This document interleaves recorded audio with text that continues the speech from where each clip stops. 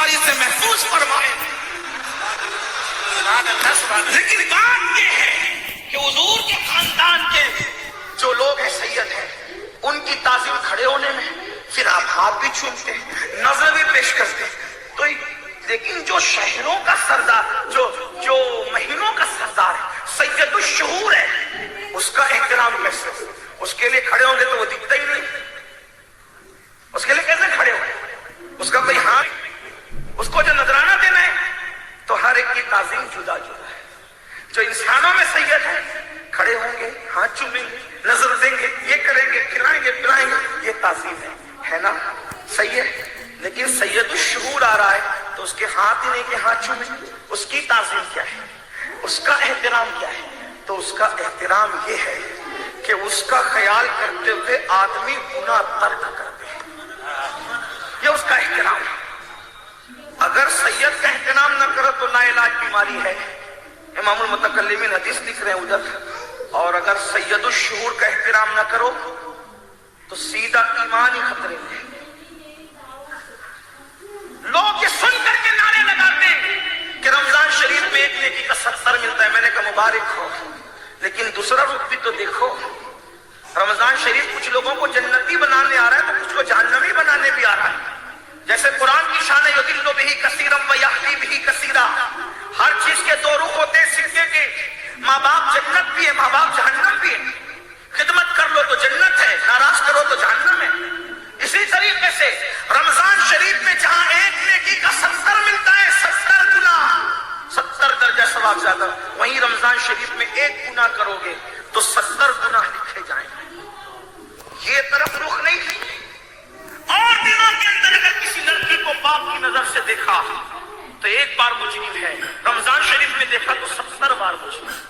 Mobile کے اندر game کھیلا اور دنوں میں ایک بار مجرم ہے، رمضان شریف میں کھیلا 70 بار مجرم ہے۔ کسی کو ایک بار گالی دی اور دنوں میں ایک بار کا مجرم ہے، رمضان شریف میں گالی دی 70 بار کا مجرم ہے۔ معاذ اللہ، العیاذ باللہ، رمضان شریف کے علاوہ ایک مرتبہ داڑھی مڈا کر گٹر میں پھینکوائی، ایک بار کا مجرم ہے۔ رمضان شریف میں داڑھی مڈا کر کے پھینکوائی 70 بار کا مجرم ہے۔ آپ سے پوچھنا چاہتا ہوں کہ اللہ رب العزت کا یہ عذاب کوئی برداشت کر سکتا ہے؟ کسی کے اندر طاقت ہے، کسی کے اندر قوت ہے، کسی کے اندر ہمت ہے؟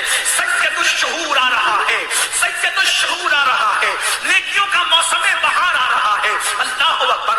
رمضان المبارک تو ایسا مہینہ ہے، وہ تو جنتی بنانے کے لیے آ رہا ہے، لیکن کوئی اس کی قدر نہ کرے، کوئی اس کا احترام نہ کرے، کوئی اس کی تعظیم نہ کرے، اسی طریقے سے بغیر روزے کے پھرتا رہے۔ بڑی معذرت کے ساتھ یہاں میری قوم کے جوان ہیں، اور اس کے بعد انٹرنیٹ پر جو ہے اللہ اکبر ہزاروں کی تعداد میں دنیا بھر میں لوگ سن رہے ہیں، میری مائیں اور بہنیں بھی موجود ہیں۔ اللہ اکبر۔ پتہ نہیں اجمیر معلیٰ میں ماحول کیا ہے، لیکن اکثر دیکھا جا رہا ہے نوجوانوں کی تعداد روزے سے دور ہوتی جا رہی ہے۔ وجہ کیا ہے؟ مولانا بھوک ہم برداشت کر سکتے ہیں، بھوک کی کوئی اہمیت نہیں ہے، پیاس بھی ہم برداشت کر سکتے ہیں، پیاس کی بھی کوئی اہمیت نہیں ہے۔ آپ لوگ 14 گھنٹے بھوکے رہنے کی بات کرتے ہیں، ہم 16 گھنٹے بھوکے رہ سکتے ہیں، 18 گھنٹے بھوکے رہ سکتے ہیں، پانی کی ہمیں ضرورت نہیں ہے۔ لیکن وہ کیا ہے نا حضرت، ذرا ہمیں حقے کی عادت ہے، اس لیے حقے کے بغیر نہیں رہ سکتے۔ ہمیں سگریٹ کی عادت ہے، ہم سگریٹ کے بغیر نہیں رہ سکتے۔ ہمیں گٹکے کی عادت ہے، ہم گٹکے کے بغیر نہیں رہ سکتے۔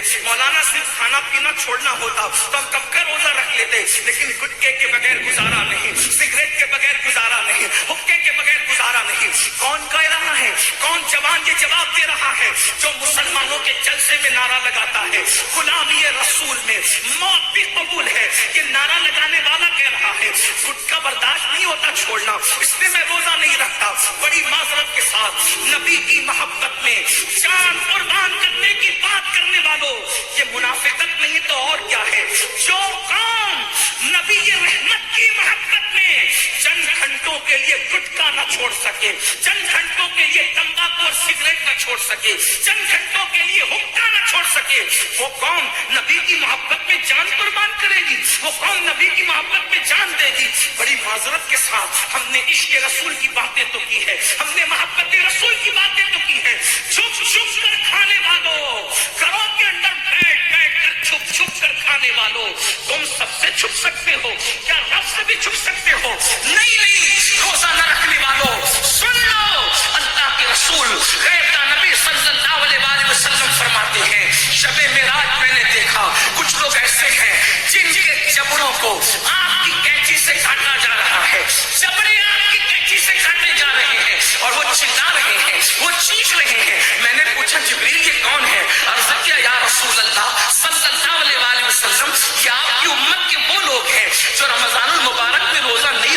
تھے یا روزہ وقت سے پہلے افطار کر لیتے تھے؟ اللہ اکبر.